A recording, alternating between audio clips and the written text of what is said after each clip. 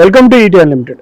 నేడు నవ్యాంధ్రప్రదేశ్లోని ప్రముఖ పారిశ్రామికవేత్త, సంఘ సేవకులు, సినిమా రంగానికి కూడా సేవలు అందించినటువంటి ప్రముఖులైనటువంటి పుట్టగుంట సతీష్ కుమార్ గారితో వాళ్ళ ప్రత్యేక ముఖాముఖి.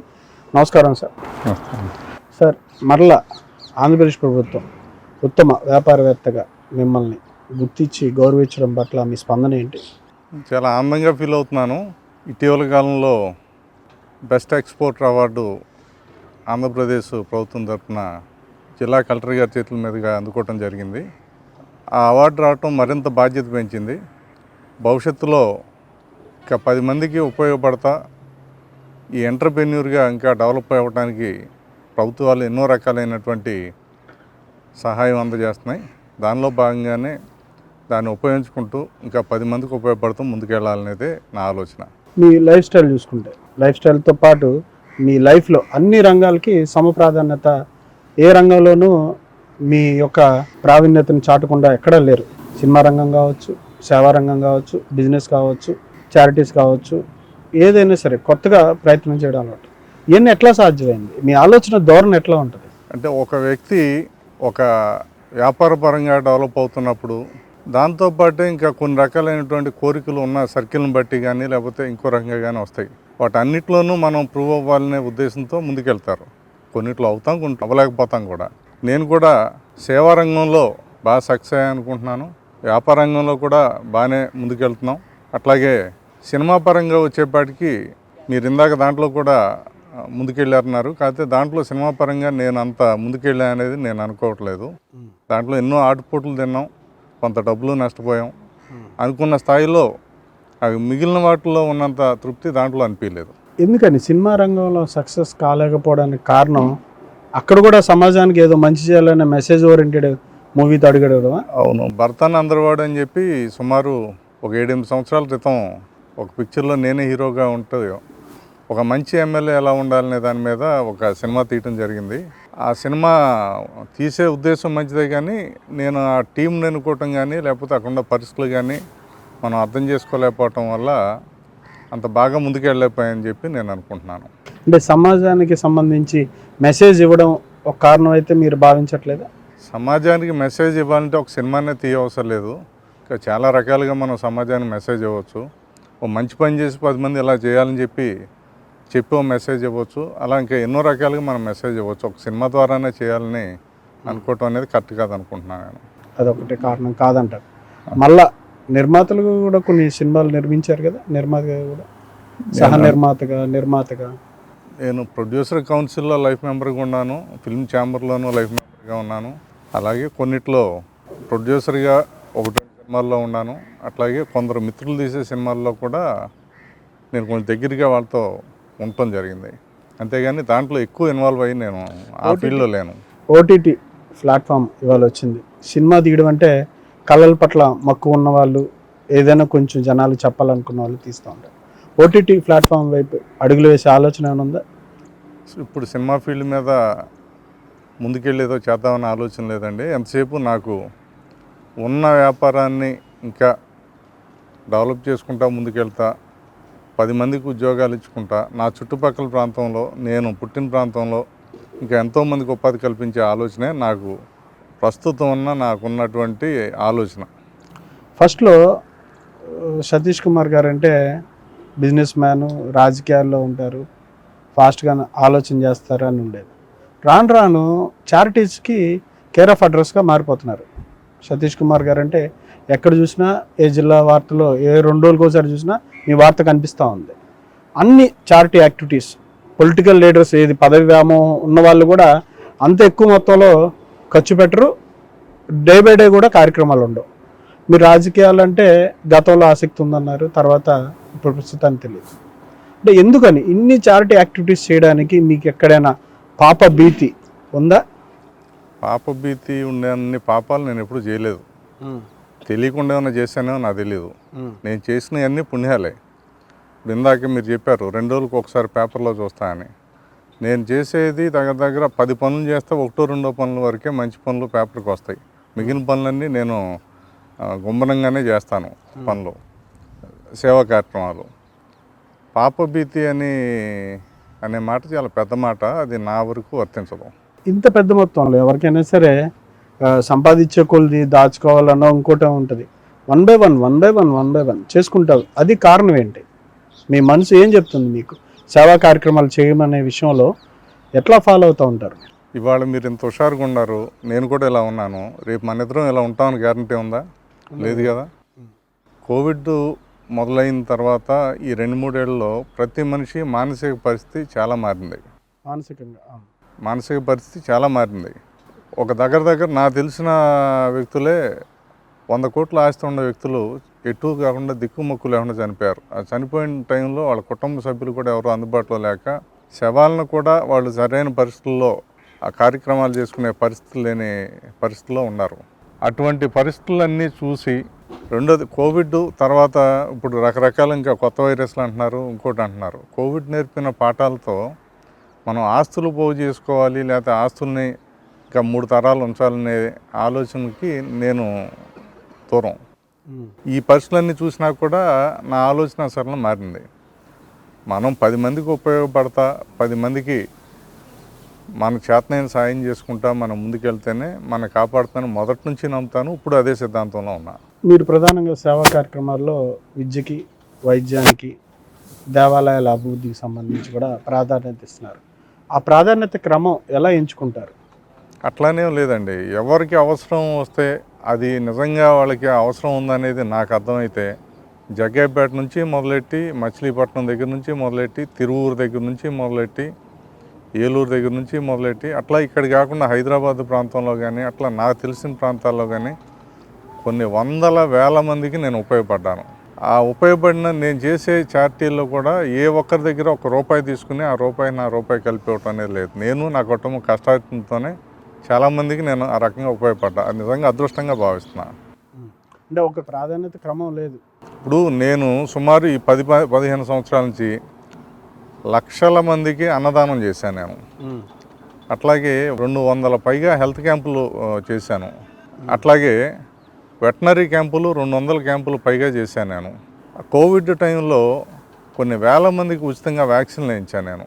ఇవన్నీ రికార్డెడ్ నేను చెప్పేది. వ్యాక్సిన్లు వేయించాను. ఎంతోమందికి హెల్త్ ఇన్సూరెన్సులు చేయించాను. కొన్ని లక్షల మందికి ఉపయోగపడే శానిటైజర్లు, మాస్కులు, ఫేస్ షీల్డ్లు, లేకపోతే ఆ రకమైన ఎటువంటివి ఉంటే అటువంటివన్నీ నేను చేయగలిగినంత వరకు నేను చేశాను.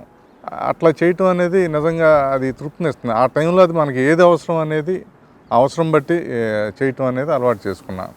కొన్ని చోట్ల పేదలకి కూరగాయలు కూడా కొనుక్కోలేని పరిస్థితులు ఉంటే సుమారు ఇప్పుడు 200 టన్నుల కూరగాయలు నేను ఈ జిల్లా అంతటా డిస్ట్రిబ్యూట్ చేయించాను నేను. అట్లా ఒక ప్రాధాన్యత అనేది లేదు. ఎందరో పిల్లలకి నేను స్కూల్ ఫీజులు కట్టాను, చాలామందికి కంప్యూటర్లు కొనిచ్చాను. అట్లా చాలా చాలా చేసాం. ఆ అవసరం ఏదైతే ఉందో ఆ అవసరం దగ్గరికి మనం వెళ్ళటం అనేది అలవాటు చేసుకున్నాం. ఎంత మంచి చేసినా సరే చెడు కావచ్చు, లేదంటే వెనకాల మాట్లాడుకునే వాళ్ళు నెగిటివ్గా మాట్లాడుతూ ఉంటారు. నెగిటివ్ ఎనర్జీస్ మీ దగ్గర కావచ్చు, లేదా మీ ఆలోచన ద్వారా నెగిటివ్ అంశాలకి ఏమైనా ప్రాధాన్యత ఇస్తారా? అసలు నేను పట్టించుకోనండి. కొన్ని విషయాలు విన్నప్పుడు కాసేపు బాధ అనిపిస్తుంది. ఆ కాసేపే దాని గురించి ఆలోచించుకోవటం, తర్వాత నవ్వుకోవటం.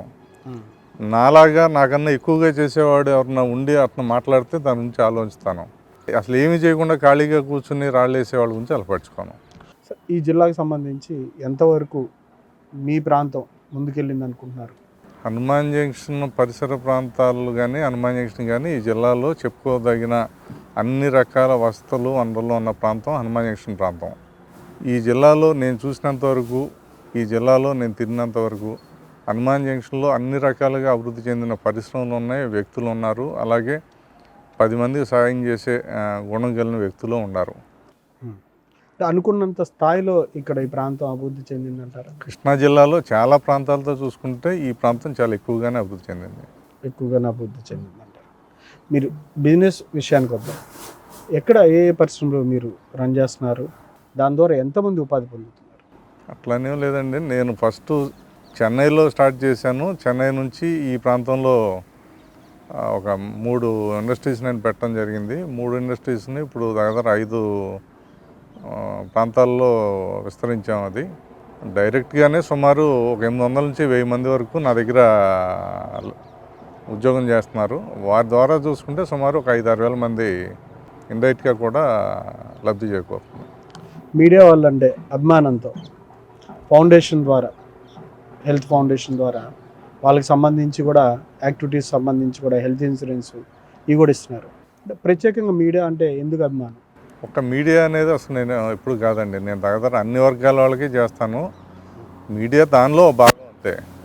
నేను దగ్గర వ్యాక్సిన్ కోవిడ్ టైంలో వ్యాక్సిన్ ఎక్కడ దొరకని టైంలో ఒక హాస్పిటల్ వారితో కలిపి అయిపోయి హాస్పిటల్ వరకు వచ్చే కోటా అంతా మా వాళ్ళకే కావాలని చెప్పి నేను లైన్ సభ్యులు కాని వ్యక్తులు, వాసవి సంస్థలకు సంబంధించిన వాళ్ళు, వాకర్స్ అసోసియేషన్ వాళ్ళు, అట్లాగే విలేకరులు, వీళ్ళందరికీ నేను ఫ్రీగా వ్యాక్సిన్ వేయించి పెట్టాను.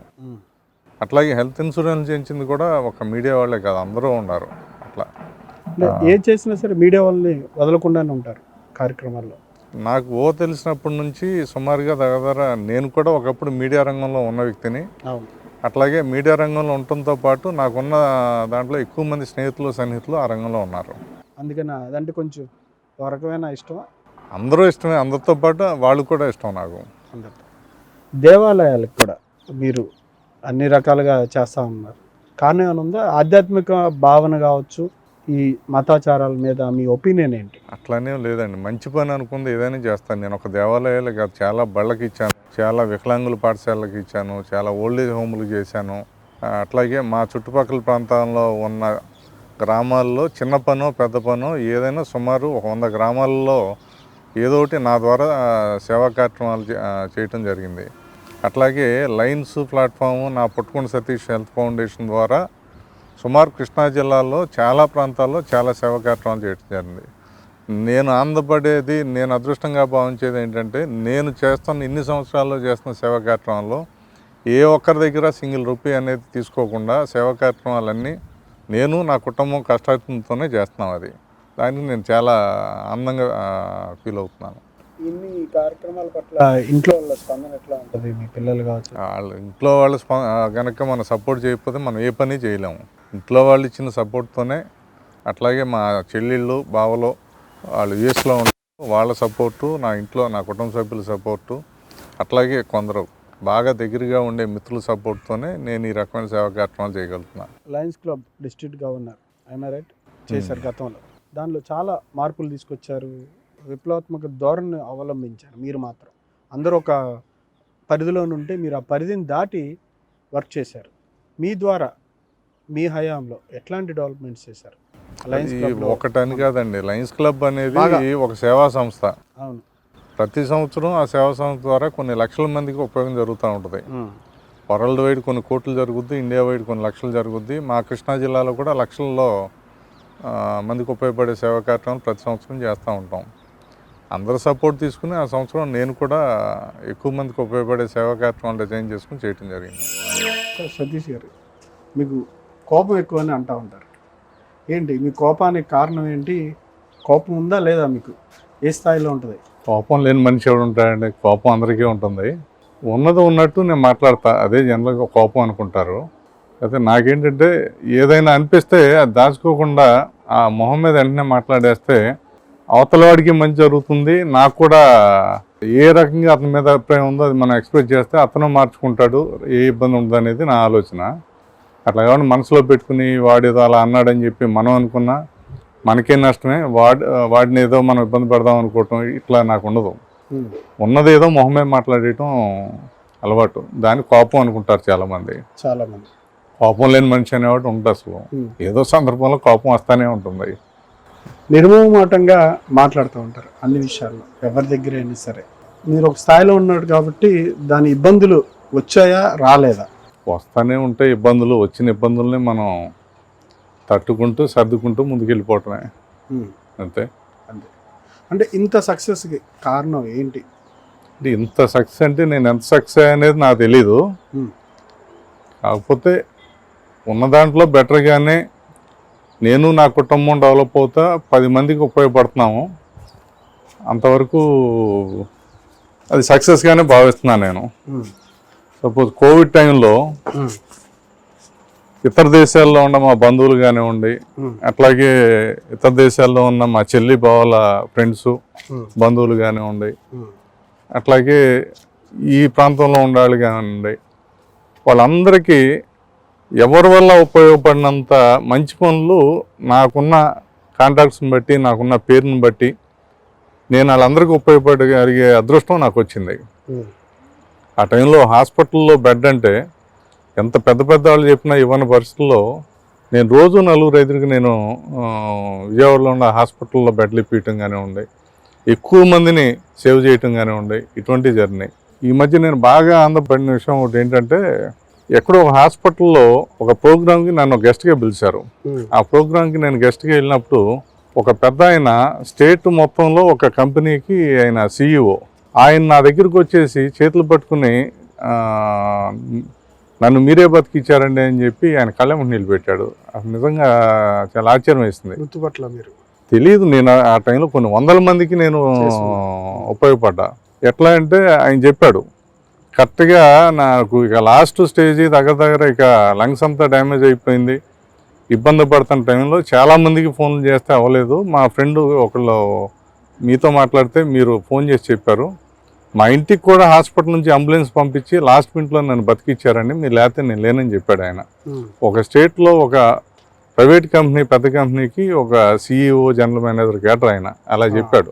అలా ఎన్నో నేను చేసినవి ఉన్నాయి. అవన్నీ నిజంగా అదృష్టంగా భావిస్తున్నాం. మనకి అవకాశం వచ్చింది, మనం చేయగలిగాం అనేది అదృష్టంగా భావిస్తున్నాను. సార్, కోవిడ్కి సంబంధించి మీరు చాలామంది బయట నుంచి సహాయాలు చేశారు, కానీ మీరు ప్రత్యక్షంగా చాలామంది దగ్గరికి వెళ్ళి వాళ్ళకి కావాల్సిన చూసారు. ఆ టైంలో మీకేం భయం అనిపించలేదా? సెకండ్ వేవ్, ఫస్ట్ వేవ్లో? కోవిడ్ టైంలో first wave, second wave, third wave అన్నిటినీ బాగా దగ్గరగా చూశాను నేను. ఆ టైంలో కోవిడ్ వచ్చిన వాళ్ళ ఇళ్ళకు కూడా నేను వెళ్ళి వాళ్ళకి మెడిసిన్స్, అట్లాగే వాళ్ళకి ఫుడ్ ఏర్పాట్లు కానీ ఇటువంటివన్నీ నేను దగ్గరగా ఉండి చేశా. అది కాకుండా నాకు కోవిడ్ వచ్చి నేను హాస్పిటల్లో ఉండి సెకండ్ వేవ్లో బెడ్ దొరకని పరిస్థితుల్లో నేను హాస్పిటల్లో ఉంటే చాలామంది ఫ్రెండ్స్ లేకపోతే తెలిసిన వాళ్ళు ఫోన్ చేసి మాకు వచ్చింది, మా కుటుంబంలో వచ్చింది అని చెప్పి వాళ్ళు చెప్తుంటే నేను అక్కడ కూర్చుని కూడా వాళ్ళు ఎవరికి ఇబ్బంది లేకుండా నేను చేయగలిగిన హెల్ప్ అంతా చేసి పెట్టాను వాళ్ళకి. అవన్నీ తలుచుకుంటే మనం నిజంగా ఇట్లా చేయగలిగామా అనే ఇది అనిపిస్తూ ఉంటుంది ఒక్కొక్కసారి. మనిషి ప్రాణాలు పోతున్నప్పుడు కూడా సొంత ఇంటి వాళ్ళు కూడా పట్టించుకోరు. మీకు ఆ ధైర్యం ఎక్కడి నుంచి వచ్చింది? ధైర్యం లేదు సార్. ఆ టైంలో పరిస్థితులు ప్రతిరోజు టీవీల్లోనూ లేకపోతే పేపర్లోనూ రోజుకు ఒక కొన్ని వందల మంది స్టోరీలు అవన్నీ చూస్తూ ఉన్నప్పుడు మనం ఏదో ఒకటి చేయాలనేది అనిపించింది. నాకు లైఫ్ మొత్తానికి ఎవరు ఏదనుకున్నా, ఎట్లా అనుకున్నా, లేకపోతే రకరకాలుగా నా సర్వీస్ గురించి మాట్లాడుకున్నా సరే, నా లైఫ్ మొత్తానికి కోవిడ్ టైంలో నేను చేసిన సేవా గుణం అవనివ్వండి, హెల్ప్ అవనివ్వండి, లేకపోతే ఇంక ఏ రకమైన పేర్లు పెట్టినా సరే అది జీవితకాలం నన్ను, నా కుటుంబాన్ని కాపాడేంత సర్వీస్ చేశామనేది నా వ్యక్తిగతంగా నాలో నేను ఆనందంగా ఫీల్ అవుతూ ఉంటా. మీరు స్టోరీలు చూశారు, చాలామంది చాలా రకాలుగా చనిపోయారు. సేవా కార్యక్రమాలు చేసిన వాళ్ళు కూడా కొన్నిసార్లు ఇబ్బందులు పడిన సందర్భాలు మనం చూసాం, కథనాలు. మరి మీకు కుటుంబం ఉంది, మీకేమనిపించలేదు అప్పుడు? అంటే ఆ టైంలో మనం ఇక అంత ఆలోచించే పరిస్థితి ఉండదండి. కుటుంబం ఉన్నప్పుడు కుటుంబం జాగ్రత్తలో వాళ్ళదే తీసుకుంటూనే ఉంటాం. కానీ అక్కడ మనం బయటికి వెళ్ళినప్పుడు సపోజ్ నా ఫ్యాక్టరీలో కొందరికి ఇబ్బంది వస్తుంది, ఆ టైంలో నేను ఉండాలి. లేదు అంటే బాగా రోజు తెలిసిన వాళ్ళు చూసే వాళ్ళకి ఇబ్బంది వస్తుంది, ఆ టైంలో అక్కడ నేను ఉండాల్సి రావచ్చు. ఒక్కొక్కసారి హాస్పిటల్కి వెళ్ళి బయట నుంచి ఎలా ఉన్నాడో చూసొద్దామని చెప్పి అనుకుని కూడా PPE కిట్లు వేసుకుని రూమ్లోకి వెళ్ళి ఆయన లోపల ఇబ్బంది పడుతున్నాడు అది ఇది అన్నప్పుడు PPE కిట్లు వేసుకుని లోపలికి వెళ్ళి వాళ్ళ దగ్గర కూర్చుని వాళ్ళకి ధైర్యం ఇచ్చి వచ్చిన సందర్భాలు కూడా చాలా ఉన్నాయి. అవన్నీ అప్పటికప్పుడు అక్కడ జరుగుతున్న పరిస్థితిని బట్టి మనం తీసుకునే యాక్షన్, ఆ యాక్షన్ వల్ల ఎంతోమందికి ఉపయోగపడింది. యాక్షన్ అంటే ఆ టైంలో మనం తీసుకునే యాక్షన్, దాని యాక్షన్ అంటే వేరే అర్థం కాదు. అవును. ఆ టైంకి సంబంధించి మీకు ఏమనిపించింది? మనకి ప్రకృతి ఏదైనా చెప్తుంది అనే ఏమో సార్, నాకు అంత లోతుగా ఆలోచించేంత జ్ఞానం నాకు లేదు. కానీ దానివల్ల అయితే చాలా లెసన్లు నేర్చుకున్నా నేను కానీ, లేకపోతే నాకు తెలిసిన వ్యక్తులు కానీ, సమాజంలో నేను చూసిన వ్యక్తులు కానీ చాలా లెసన్లు నేర్చుకున్నాం. నాకు ఊటీలో సైట్ ఉండేది, కోవిడ్ ముందు చాలా మంచి రేట్ ఉండేది. కోవిడ్ తగ్గిన తర్వాత సెకండ్ వేవ్ థర్డ్ వేవ్ తగ్గిన తర్వాత నాకు అక్కడ వద్దు, మనం ఎంతసేపు ఉంటే కుటుంబానికి దగ్గర, తెలిసిన వాళ్ళ దగ్గర, లేకపోతే ఇటువంటి వాళ్ళ దగ్గరే మనం ఎక్కువ టైం ఉండాలి, అంత దూరాన్ని మనం వద్దనుకుని ఊటీలో అది అమ్ముదామని వెళ్ళా. అంతకుముందు ఊటీలో 4 కోట్లు 5 కోట్ల రూపాయలు చెప్పిన విల్లాలు కూడా ఆ కోవిడ్ తదనంతర పరిస్థితుల్లో చాలామంది నాలాగానే ఫీల్ అయ్యి 1.5-2 కోట్లు కూడా ఇస్తామని చెప్పిన సందర్భాలు ఉన్నాయి. అక్కడ ఒక ఊటీ అని కాదు, నేను నా చూసింది చెప్తున్నాను. అన్ని ప్రాంతాల్లోనూ ఒక రకమైనటువంటి భయం వచ్చేసింది. ఇవాళ కూడా ఇంకా భయం పోలా చాలామందికి. ఆ కోవిడ్ టైంలో ఉన్న పరిస్థితుల్లో లాక్డౌన్లో అవనివ్వండి, లేకపోతే రోడ్లు బ్లాక్ చేయడం అవనివ్వండి, లేకపోతే బార్డర్లు బ్లాక్ చేయడం అవనివ్వండి, ఇటువంటి పరిస్థితుల్లోంచి మానసికంగా ఇంకా పూర్తిగా చాలామంది బయటికి రాలా. అవన్నీ బాగా ఇబ్బంది పెట్టి. అవును, అవార్డులు అనేవి మిమ్మల్ని వరించడం పరిపాటి అయిపోయింది. అది ప్రభుత్వాల దగ్గర నుంచి మీరు ఎన్నిసార్లు అవార్డులు పొందారు? చాలాసార్లు అవార్డులు తీసుకున్నాను. బెస్ట్ ఎంటర్‌ప్రెన్యూర్‌గా, అట్లాగే బెస్ట్ ఫార్మర్‌గా. అంటే నాకు శివంపందుల ఫామ్ ఒకటి స్టార్ట్ చేశాను. ఆంధ్రప్రదేశ్లోనే ఎవరు పెట్టినంత స్థాయిలో దాన్ని స్టార్ట్ చేసి సక్సెస్ఫుల్గా రన్ చేస్తున్నాం. దానిలో కూడా చాలా అవార్డులు వచ్చినాయి గవర్నమెంట్ నుంచి, బెస్ట్ ఎంటర్‌ప్రెన్యూర్‌గా, బెస్ట్ ఫార్మర్గా ఇట్లా. అట్లాగే ఎన్ఆర్సీ అని మీట్ అని చెప్పి సెంట్రల్ గవర్నమెంట్ ఉంది, వారి దగ్గర నుంచి కూడా వచ్చినాయి. అట్లాగే నా బిజినెస్లో అన్నింటిలోకి బెస్ట్ ఎక్స్పోర్టర్గా వచ్చినాయి. ఇట్లా చాలా సందర్భాల్లో వచ్చినాయి అవార్డులు. ఎన్నిసార్లు అంటే నాకు గుర్తులేదు, కానీ అవార్డులు, మంచి అవార్డులు గవర్నమెంట్ నుంచి చాలా వచ్చినాయి. 75 years ఇండియా స్వతంత్రం పూర్తి చేసుకుంది. ఎట్లా అనిపిస్తుంది? అనుకున్నంత స్థాయిలో అన్ని రకాలుగా, ప్రధానంగా పరిశ్రమలో కావచ్చు, ఎంతవరకు దేశం అభివృద్ధి చెందింది అనుకుంటున్నాను? ప్రతి ఇండియన్కి అదొక రకమైనటువంటి ప్రౌడ్ ఫీలింగ్ ఉంటుంది. 75 సంవత్సరాలు పూర్తయ్యే, స్వాతంత్రం వచ్చి 75 సంవత్సరాలు పూర్తయిందంటే దానిలో నేను కూడా ఆనందాన్ని ఎంజాయ్ చేస్తాను. అట్లాగే కేంద్ర ప్రభుత్వాలు, రాష్ట్ర ప్రభుత్వాలు ఇవన్నీ కలిపి మా ఎంటర్‌ప్రెన్యూర్లకి చక్కటి అవకాశాలు ఇచ్చి ఇండియాని, అట్లాగే మన రాష్ట్రాన్ని ఇంకెంతో ముందుకు తీసుకెళ్ళటానికి ప్రభుత్వాధికారులతో మంచి ప్రణాళికలు అన్నీ రెడీ చేశారు. అవన్నీ మేము ఎంజాయ్ చేస్తున్నాం. ఇండియా ఇంకా బాగా డెవలప్ అవుతుంది అనేది నా నమ్మకం. ఇండియాని సార్, గోసేవ ఎక్కువగా చేస్తూ ఉంటారు. పశువుల మీద, ఆవుల మీద ఎందుకు అంత ప్రేమ? ఇప్పుడు 15-20 సంవత్సరాల క్రితం పెద్ద ఆయన కపిల గోవు విశిష్టత చెప్పారు. అక్కడి నుంచి చాలా ఖర్చు పెట్టి ఒక కపిల గోవుని తీసుకొచ్చాను. తీసుకొచ్చి అది నా ఆఫీస్ ముందు పెట్టి ప్రతిరోజు పొద్దున్నే నేను ఆఫీస్కి రాగానే దానికి మేత పెట్టి తర్వాత నా పనులు నేను ఉంటా. అట్లా ఇవాళ దగ్గర నా దగ్గర కపిల గోవులు ఒక 25 కపిల గోవులు ఉన్నాయి. నేను కొన్నవి కానివ్వండి, నా దగ్గర పుట్టినవి కానివ్వండి. ఎందరో మిత్రులు అడుగుతూ ఉంటారు, అది బయట కొనాలంటే ఒక్కొక్కటి 3-4 లక్షల రూపాయలు ఉంటుంది. నేను సుమారు దగ్గర 15-20 మందికి ఫ్రీగానే ఇచ్చాను కపిల గోవులు. అట్లాగే దేవాలయాల్లో వాళ్ళు ఎవరిని అడిగితే నా దగ్గర ఉంటే వాళ్ళకు కూడా ఫ్రీగానే ఇస్తున్నాను నేను. కానీ గోవు అనేది నా వరకు నేను అది ఉండటం వల్ల మంచిగా జరుగుతుంది అనేది నా నమ్మకం. మంచిగా జరుగుతుంది. కపిల గోవు ఉండటం అనేది ఇంకా మరీ మంచి జరుగుతుంది అనేది నా నమ్మకం. ఎట్లాంటి మంచి అని అంటారు? అంటే మనస్సు అంతా అన్ని రకాల మంచి అంటే అన్ని రకాలు బాగున్నట్టు విధానాన్ని మంచి అంటారు. ఆ రకంగా అంతే సార్. వీటికి సంబంధించి రాజకీయాల పట్ల గతంలో మీరు ఆసక్తి చూపించారు, ఆఫర్లు వచ్చినాయి, కానీ మీరు ముందుకెళ్ళా. ఇప్పుడు కూడా మొన్నటికి కూడా గన్నవరం అన్నారు, గుడివాడ నుంచి మీరే క్యాండిడేట్ అన్నారు. ఇప్పుడు మీ దగ్గర అన్ని క్వాలిటీస్ ఉన్నా, మిమ్మల్ని ఎంతోమంది పిలుస్తున్నా, గన్నవరం నుంచి ఇప్పటికీ మీ పేరే వినిపిస్తుంది ఒక పార్టీలో. మీరు ఆ పార్టీ నుంచి పోటీ చేస్తారా? అసలు మీ రాజకీయాల్లో క్రియాశీలకంగా వ్యవహరించే విధానం ఉందా? ఈ సేవా కార్యక్రమాలు దానికి మైలేజ్గా చేస్తున్నారా? అసలు ఆ మైలేజ్గా చేస్తే నేను ఈ రకంగా ఉన్నానండి. ఆ గన్నవరంలో ఏమైనా ఎమ్మెల్యే పోటీ చేయాలని ఇంట్రెస్ట్ ఉంటే నేను మచిలీపట్నంలో చేయను సేవా కార్యక్రమాలు, జగ్గేపేటలో చేయను, తిరువూరులో చేయను, నూజివీడులో చేయను. అటువంటి ఆలోచన నాకేమీ లేదు. యాక్చువల్గా నేను ఏ రాజకీయ పార్టీలోనూ ప్రస్తుతం లేను. అట్లాగే రాజకీయాల మీద ఇంట్రెస్ట్ కూడా పోయింది. ఒకప్పుడు నేను బాగా యాక్టివ్గా ఉండేవాడిని. ఒక 10-15 సంవత్సరాల నుంచి పూర్తిగా దాని నుంచి పక్కకు వచ్చేసాను. పూర్తిగా సేవాపరంగానే నేను ముందుకెళ్తా, 10 మందికి ఉపయోగపడదామని ఆలోచనే తప్ప రాజకీయంగా రోజు ఏదో యూట్యూబ్లోనో లేకపోతే ఎక్కడో చోట నా గురించి అక్కడ పోటీ చేస్తున్నాడు, గన్నవరంలో చేస్తాడు, లేకపోతే అది అన్నీ ఏవో వస్తున్నాయి, అవన్నీ చూసి నవ్వుకోవటమే తప్ప నిజంగా వాళ్ళు పిలిచి నువ్వే ఉండాలని చెప్పినా సరే మనకి ఆ రకమైన మూడ్ లేదు. ప్రధాని మోడీ గారిని కలవడానికి ప్రధాన కారణం ఏంటి? అట్లా ఏం లేదండి, ఒక చక్కటి కార్యక్రమంలో నేను కూడా పాలు పంచుకోవడం జరిగింది. అక్కడ ప్రధానమంత్రి గారిని బాగా దగ్గరగా ఆయన షేక్ హ్యాండ్ ఇచ్చి ఆయనతో ఒక కొద్దిసేపు మాట్లాడే అవకాశం నాకు రావడం జరిగింది. అది నిజంగా అదృష్టంగా భావిస్తున్నాను. నేను ఢిల్లీలో ఏదో ఒక కార్యక్రమంలో కలవటం జరిగింది. అంతేగాని పార్టీ వైపు చూడడం కాదు. అసలు నాకు రాజకీయం మీద ఇంట్రెస్టే లేదని చెప్తున్నాను కదా. అసలు రాజకీయం అనేది మనకి అయిపోయిన సబ్జెక్టు. పూర్తిగా ఎంతసేపు నా వ్యాపారం, కుటుంబం, అట్లాగే 10 మందికి ఉపయోగపడే సేవాభావం, ఈ 3 తప్ప నాకు 4 ఆలోచన నాకేమీ లేదు.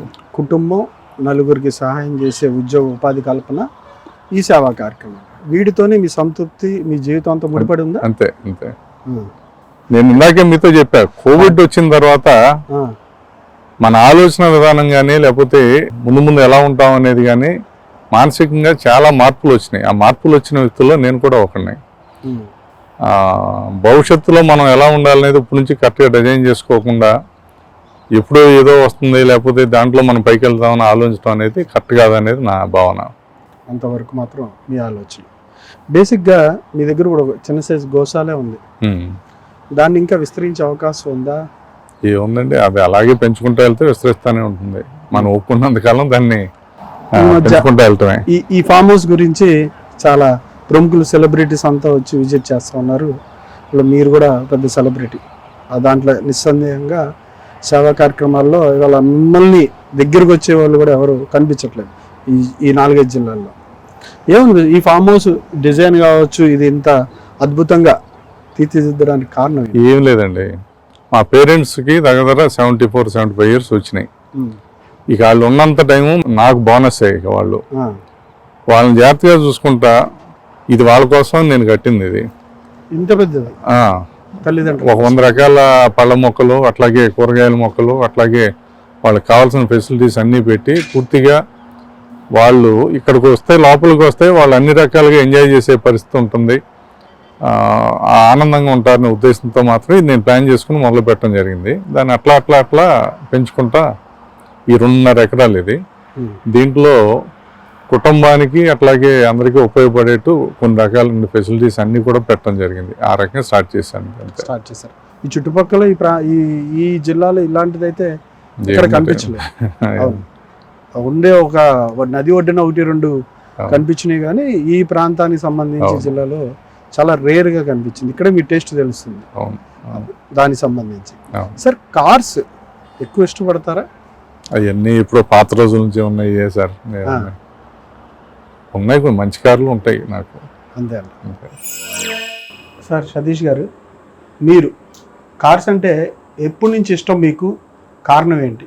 అది ఏం లేదండి, నాకు మా అబ్బాయికి ఇద్దరికి కొత్త కార్లు అంటే బాగా ఇష్టం.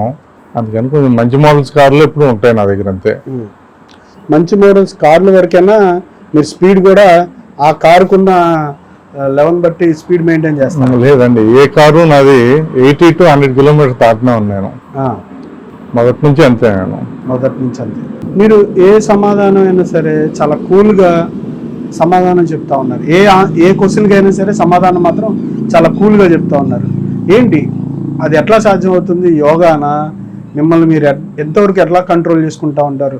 ఎదుటి వ్యక్తి మాట్లాడేది మనం అవగాహన చేసుకుని అవగాహన ప్రకారం మాట్లాడటం అనేది ఇది పెద్ద కష్టమైన పని ఏం కాదు. అది దానిలో భాగమే మాట్లాడేది.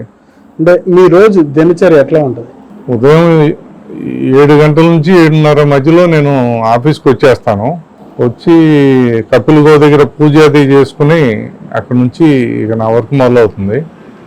మధ్యాహ్నం 2 గంటలకు మళ్ళీ ఇంటికి వెళ్తాను. వెళ్ళిన దగ్గర నుంచి ఇక ఈవినింగ్ లైన్స్ లేకపోతే వేరే సర్వీస్ యాక్టివిటీస్లో కొంచెం పార్టిసిపేట్ చేస్తుంటాను. ఈవినింగ్ మాత్రం 1 అవర్ ఎక్సర్సైజ్, యోగా చేస్తాను నేను. ఎక్సర్సైజ్, యోగా చేస్తారు? ఈవినింగ్ కూడా చేస్తారా? ప్రతిరోజు చేస్తాను నేను. అప్పుడు మీరు సినిమాల్లో నటించిన 7-8 సంవత్సరాల క్రితం నుంచి కూడా ఇదే ఫిజిక్ ఇట్లాగే ఉన్నారు ఇప్పుడు కూడా. ఎట్లా సాధ్యం అవుతుంది? అది మన గొప్పతనం ఏం కాదండి, ఫ్యామిలీ జీన్స్ నుంచి వచ్చిన బాడీ అనేది. మీ ఐడియాలజీ ఈ రకంగా సేవా కార్యక్రమాలు కావచ్చు, నిశ్శబ్దంగా విజయాలు పారిశ్రామికవేత్తగా విజయాలు నమోదు చేయడంలో కావచ్చు. మీ ఐడియాలజీ ఏంటి? ఐడియాలజీ మీకు రావడానికి మీకు స్ఫూర్తి కలిగించింది ఎవరు?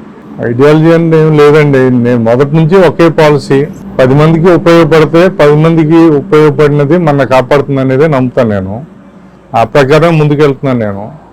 అంతేగాని పబ్లిసిటీ చేసుకోవాలని నేను చేసే సర్వీస్ అయ్యి చెప్తే ప్రతిరోజు పేపర్ రావచ్చు, అట్లాగే ప్రతిరోజు ఏదో ఒక సోషల్ మీడియాలో పబ్లిసిటీ చేసుకోవచ్చు. అయితే దాంట్లో నేను సగం పైగా బయట అందరికీ తెలిసేటైతే చేయను. ఒకటే ఫైనల్గా నేను అనుకునేది ఏంటంటే మనం 10 మందికి ఉపయోగపడితే అదే మనకి కాపాడుతుంది అంతే. ఇది అంటే మీరు ఎదిగే క్రమంలో మీరు చూసిందా? అవును. ఇది అవును. ఇది మాత్రం ఒక ప్రణాళిక అంటూ ఏమైనా ఉందా మీరు బిజినెస్ చేసే విధానంలో? అవును, బిజినెస్కి కంపల్సరీ ప్రణాళిక అనేది ఉండాలి, లేకపోతే అది సక్సెస్ అవ్వలేం మనం. దానిలో ఉండాలనే స్టాండర్డ్స్, దాంట్లో ఉన్నటువంటి కమిట్మెంట్తో మనం వర్క్ చేస్తేనే ఏ బిజినెస్ అయినా షైన్ అవుతుంది, సక్సెస్ అవుతాం. అదంతా నేను పర్ఫెక్ట్గానే ఫాలో అవుతున్నాను నేను అనుకుంటా. మరి ఎక్కడైనా సరే లైన్స్లో కావచ్చు, సేవా కార్యక్రమాలు కావచ్చు, ఫౌండేషన్ కావచ్చు, ఏదన్నా సరే మీ ఆలోచన విధానం అనేది దానికి సంబంధించిన దాంట్లో మీ ఆలోచన విధానం కనిపిస్తూ ఉంటుంది. పుట్టగుంట సతీష్ గారు ఉంటే ఇవన్నీ చేస్తారు అనేది మీకు అనిపిస్తూ ఉంటుంది. ఎట్లాగా? ఏం లేదు సార్, నేను పుట్టగుంట సతీష్ హెల్త్ ఫౌండేషన్ అని ఒకటి స్టార్ట్ చేసి దగ్గర వైద్యపరంగా ఆరోగ్యపరంగా 10 మందికి మంచి జరగాలనే ఉద్దేశంతో నేను స్టార్ట్ చేయడం జరిగింది. నేను నా చుట్టూ ఉండేవాళ్ళు ఎవరికి హెల్త్ పరంగా ఇబ్బంది వచ్చినా సరే సతీష్ ఉన్నాడనే ధైర్యం చాలా మందిలో ఉంది. ఆ ధైర్యమే వాళ్ళని చాలా మందిని కాపాడుతూ ఉంటుంది. అట్లాగే ఈ ఫౌండేషన్ ద్వారా మనం చేసే సర్వీస్ కూడా చాలా మందికి ఉపయోగపడతా ఉంటుంది. ఇటువంటి హెల్త్ సంబంధించిన కార్యక్రమాలు చేసుకుంటా 10 మందికి ఉపయోగపడతా వెళ్తామే నా ఫౌండేషన్ ఉద్దేశం. కొంతమంది మీ సహాయం పొంది తెలియకుండా మీకు కృతజ్ఞతలు చెప్పడానికి అవకాశం ఉండకపోవచ్చు, కానీ ఏదో దశలో మీ దగ్గర నుంచి సహాయం పొందిన వాళ్ళు ఉంటారు. కరోనా కావచ్చు, లేకపోతే వైద్యానికి కావచ్చు, విద్యకు సంబంధించి కావచ్చు. అట్లాంటి వాటిలో మీ దగ్గరకు వచ్చి చెప్పగలిగే వాళ్ళ దగ్గర నుంచి బెస్ట్ కాంప్లిమెంట్ ఏది? ఇందాక చెప్పినట్టు కాకుండా ఇంకేమైనా ఉన్నాయా? చాలా ఉన్నాయండి. దాంట్లో చాలా మంది వచ్చి నాకు ఆనందంతో చెప్పిన వ్యక్తులు ఉన్నారు.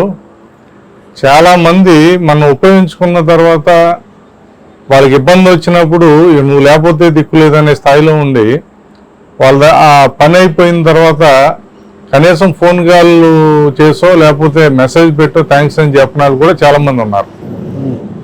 కొందరైతే ఇంకో గంటలో చచ్చిపోతారు, మీరు లేకపోతే లేదు ఏదో ఒకటి చేయండి, హెల్ప్ చేయండి అని చెప్పి కోవిడ్ టైంలో అడిగితే నేను వాళ్ళని బతికిచ్చి ఇంటికి పంపించిన తర్వాత ఇవాళ కూడా కనీసం మనం వాళ్ళ దగ్గర నుంచి ఏమి ఆశించాం కదా, మీరు చేసినందుకు థ్యాంక్స్ అనో లేకపోతే మా వాళ్ళు బాగుండారని చెప్పం ఆశిస్తాం.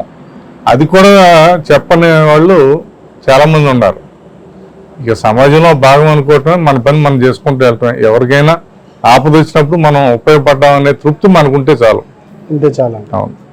బేసిక్గా ఇన్ని కార్యక్రమాలు చేసిన తర్వాత మనిషికి గర్వం అనేది ఏదో రకంగా ఎక్కడో చోట కలిగిద్ది అంటారు.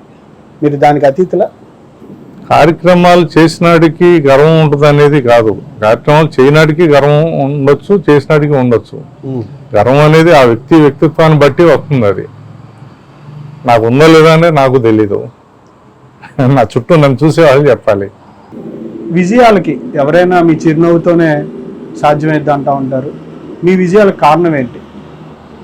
అట్లేం లేదు సార్, నా ఫ్యామిలీ సపోర్టు.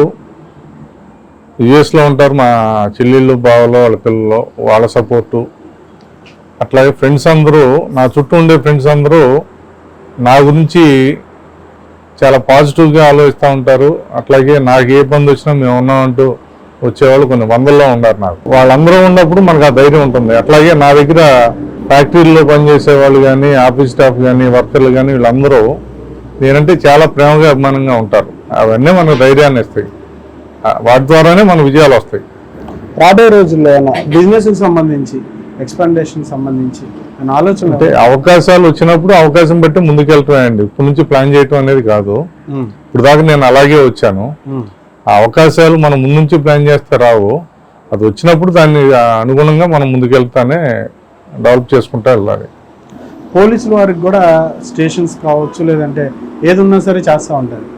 పోలీసు వారు ఎంతవరకు ఈ విషయాల్లో సపోర్ట్ చేస్తూ ఉంటారు? మీరు పోలీసు వాళ్ళకి చేయడానికి కారణం ఏమైనా ఉందా? అసలు పోలీసు లేకపోతే రెవెన్యూ లేకపోతే ఇంకోటి కాదండి. ఈ ప్రాంతంలో నేను స్కూళ్ళకి డొనేషన్ ఇచ్చాను, గుళ్ళకి డొనేషన్లు ఇచ్చాను, శ్మశానాలకు డొనేషన్లు ఇచ్చాను, పోలీస్ స్టేషన్కి డొనేషన్లు ఇచ్చాను, రెవెన్యూ ఆఫీసులకు డొనేషన్లు ఇచ్చాను. డొనేషన్లు అంటే అది డెవలప్ చేయడానికి లేకపోతే ఇటువంటి వాటికి అట్లా చాలా వాటికి నేను ఇచ్చాను. పర్టికులర్గా దీనికి ఇచ్చా దానికి ఇచ్చా ఇవ్వలేదు అనేది కాదు. నాకు తెలిసి అన్వాంఛనీయ పరిసర ప్రాంతాల్లో కానీ గన్నవరం నియోజకవర్గంలో కానీ చాలా గ్రామాల్లో చాలా మందికి ఉపయోగపడ్డా, అట్లా చాలా పర్మనెంట్ ప్రాజెక్టులకు ఉపయోగపడ్డా. అట్లా కృష్ణా జిల్లాలో కూడా ఎన్నో హాస్పిటల్లో ఐ హాస్పిటల్ కానివ్వండి లేకపోతే ఇంకా మిగిలిన వాటికి కానీ అటువంటి అన్నిటికీ చాలా మందికి నేను ఆర్థికంగా కూడా ఉపయోగపడ్డా. నిజంగా నా అదృష్టంగా భావిస్తాను నేను. ఆంధ్ర హాస్పిటల్స్తో క్లబ్ అయి చేస్తూ ఉంటారు కదా, వాటితో ఏంటి రమణ గారితో? ఆంధ్ర హాస్పిటల్లో నాకు బాగా సపోర్ట్ వచ్చింది. కోవిడ్ టైంలో నాకు బాగా సపోర్ట్ చేసిన హాస్పిటల్ అది. డాక్టర్ రమణమూర్తి గారు కానివ్వండి, డాక్టర్ అచ్యుత్ బాబు గారు కానివ్వండి, డాక్టర్ రవీంద్రనాథ్ గారు కానివ్వండి, డాక్టర్ సునీల్ గారు కానివ్వండి, ఇతర డాక్టర్లు అందరూ కూడా నేను పంపించిన పేషెంట్ అంటే వాళ్ళ సొంత ఇంట్లో మనిషిలాగానే ట్రీట్మెంట్ అన్నీ చేయించి చాలామంది డబ్బులు కూడా తీసుకోకుండా పంపించిన సందర్భాలు ఎన్నో ఉన్నాయి. వాళ్ళందరికీ జీవితకాలం నిలబడి ఉండాలి. ఆ ఒక్క హాస్పిటల్ వాళ్ళు కాకుండా విజయవాడలో చాలా హాస్పిటల్ వాళ్ళు, అట్లా హైదరాబాద్లో చాలా హాస్పిటల్ వాళ్ళు నాకు కోవిడ్ టైంలో కానీ మిగిలిన టైంలో కానీ బాగా ఉపయోగపడ్డారు. వాళ్ళకి ఎప్పుడు రుణపడే ఉండాలంట. నిర్మాతల మండలి శాశ్వత అధ్యక్షులు కదా మీరు. మీ ప్రోగ్రామ్స్ కూడా బాబాయ్ హోటల్ వాటిలో సంబంధించి కూడా ఆ స్నేహాన్ని ఆయన మాట్లాడడం, పారిశ్రామికవేత్త స్నేహితులు అంటే ఎట్లా కార్యక్రమాలకు కూడా అటెండ్ అవుతా ఉంటారా? నిర్మాతల మండలిలో లైఫ్ మెంబర్ నేను. అక్కడ హైదరాబాద్లో చాలా మంది ఫ్రెండ్స్ ఉన్నారు, సినిమా ఫీల్డ్లో చాలా మంది ఫ్రెండ్స్ ఉన్నారు. ఇప్పుడు నేను వెళ్ళినప్పుడు ఊరికే గెస్ట్గా వెళ్ళినప్పుడు ఆ టైంలో ఉన్న అవకాశం బట్టి వాళ్ళు కాసేపు ఉండమంటే సరదాగా ఏదో ఒక దాంట్లో యాక్ట్ చేయటం, సరదాగా చేసే కార్యక్రమం, అంతేగాని దాంట్లో పట్ల చేయాలని ఉద్దేశంతో చేసినవి లేవు. నేను మీరు నైతికంగా అన్ని రకాలుగా ముందుంటూ ఉంటారు. ఒక హీరోకి సినిమా పరంగా కాకుండా అన్ని రకాలుగా డెఫినేషన్ అనేది మీ దగ్గర కనిపిస్తూ ఉంటుంది. నిజమైన హీరోకి మీరు ఇచ్చే డెఫినేషన్ ఏంటి? నిజమైన హీరో అంటే ఏముందండి, తను డెవలప్ చేసుకుంటా 10 మందికి ఉపయోగపడతా ముందుకెళ్ళేవాడు ఎవరైనా నిజమైన హీరోలే. తన కుటుంబం తనతో పాటు 10 మందికి ఉపయోగపడే వ్యక్తులు ఎవరైనా, సమాజానికి ఉపయోగపడే వ్యక్తులు ఎవరైనా హీరోలే. సార్ రాజకీయాల్లోకి రాకుండా ఉండలేకపోతున్నాం, ఇక కాన్స్టిట్యున్సీలో మీ స్థాయి లీడరు పార్టీకి చాలా అవసరం అని చెప్పి మీకు పదే మీకు పిలుపులు వచ్చినా మీరు వెళ్ళట్లేదు, కారణం ఏంటి? నేను దగ్గర 30 సంవత్సరాల నుంచి రాజకీయాల్లో దగ్గరగా చూస్తున్న వ్యక్తిని నేను. దాంట్లో ఏమీ తెలియని వాళ్ళకి దాంట్లో ఏదో ఉందనుకుంటారు, కానీ దాంట్లో నిజంగా ఎంజాయ్ చేసే పరిస్థితులు నాకు తెలిసైతే అంత గొప్పగా ఉన్నాయని నేను అనుకోను. నా వ్యక్తిగత అభిప్రాయం. చాలామంది ఎమ్మెల్యేలుగా చేసిన వాళ్ళని చూశాను. ఈ రాజకీయాల్లోకి వచ్చి ఎవరికాలు ఎక్కువ నష్టపోయిన వాళ్ళే కానీ ఎక్కువ లాభపడిన వాళ్ళు ఎవరిని నేను చూసిన వాళ్ళు లేరు. రెండోది, మనం ఏ రకంగా లైఫ్ని డిజైన్ చేసుకుంటామో ఆ రకంగా రాజకీయాల్లో ఉంటే మనం ముందుకు వెళ్ళలేము. ఆ ఒక్క ఉద్దేశంతో నేను దానికి దూరంగా జరిగాయి. కానీ రాజకీయాల్లో మొదట్లో ఆసక్తి చూపించారు, దానికి కారణం ఏంటి? మొదట్లో ఆసక్తి చూపించాం, దాంట్లో వెళ్ళే కొద్దీ లోతు తెలిసింది, అందుకని వద్దనుకున్నా. ఇక అంతే. అవకాశం కూడా వచ్చింది, అప్పుడు కంటెస్ట్ అవకాశం వచ్చినా సరే వద్దనుకున్నాం. ఇక ఆ ఫీల్డ్ వద్దనుకున్నాను నేను, అంతే. ఇక్కడ ప్రజలు మీరు ఎప్పుడైనా ఎమ్మెల్యేగా పోటీ చేస్తారు అని అనుకుంటున్నారు, ఇది వాస్తవమేనా? లేదంటే రాబోయే రోజుల్లో వాళ్ళ కోరిక తీరడానికి అవకాశం ఉంటుందా? ఎమ్మెల్యేగా నేను పోటీ చేద్దాం అనుకుంటే నాకు ఇంతకుముందు కూడా అవకాశాలు వచ్చినాయండి. అవకాశాల్లో గట్టిగా నేను ట్రై చేసుకుంటే ఛాన్స్ ఉండేది. కాకపోతే ఇంతకుముందే నేను మీతో చెప్పాను, ఇక్కడ చాలా మంది నన్ను ఆ రకంగా ఊహించుకుంటున్నారు, అది నాకు అర్థమవుతుంది. కానీ నేను దాంట్లో ఇంట్రెస్ట్గా లేనని వెళ్ళి ప్రతి ఒక్కరికి నేను చెప్పలేను కదా. ఆ ఒక్క ఉద్దేశంతోనే వాళ్ళు నన్ను ఆ రకంగా అనుకుంటున్నారు.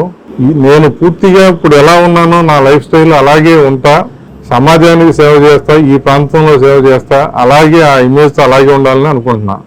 అంతేగాని రాజకీయాల్లోకి వెళ్ళి ఒక వర్గం, ఒక గ్రూప్ లేకపోతే ఇంకోటి అనే ముద్ర కన్నా అందరికీ సేవ చేస్తా, అందరికీ ఉపయోగపడతా, అందరివాడిగా ఉందాం అనేది నా ఆలోచన. మీ ఆలోచన. Thank you sir, thank you. ఇదండి పుట్టగుంట సతీష్ కుమార్ గారి ఆలోచనల, అభిప్రాయాలు. ప్రధానంగా తన ముందున్న లక్ష్యం, తనకు తోచినంత వరకు చేయగలిగినంత వరకు అందరికీ సహాయ కార్యక్రమాలు చేస్తా, పారిశ్రామికంగా అభివృద్ధి చెందుతా, మరింత మందికి ఉపాధి కల్పించాలనే లక్ష్యంతో తను ముందుకెళ్తున్నానని, రాజకీయాలంటే ప్రస్తుతం తనకి ఎట్లాంటి ఆసక్తి లేదని, ఈ సేవా కార్యక్రమాలకి రాజకీయాలు ముడిపెట్టి చూడొద్దని ఈ సందర్భంగా ఆయన కోరారు. దీంతో పాటుగా ఏ రంగంలో ఉన్న వారికైనా ఏ అవసరం వచ్చినా సరే తాను ముందుండి విద్య, వైద్యం, సేవా రంగాలకు సంబంధించి ఏ అవసరం ఉన్నా సరే ముందుండి స్పందించే మనిషిగా మనం ఇవాళ ఆయన కార్యక్రమాలని, ఆయన ఆలోచన ధోరణి చూస్తే మనకి వాళ్ళ ప్రతి ఒక్కరికి ఆయన స్ఫూర్తిగా నిలుస్తారు అనడంలో ఎట్లాంటి సందేహం లేదు.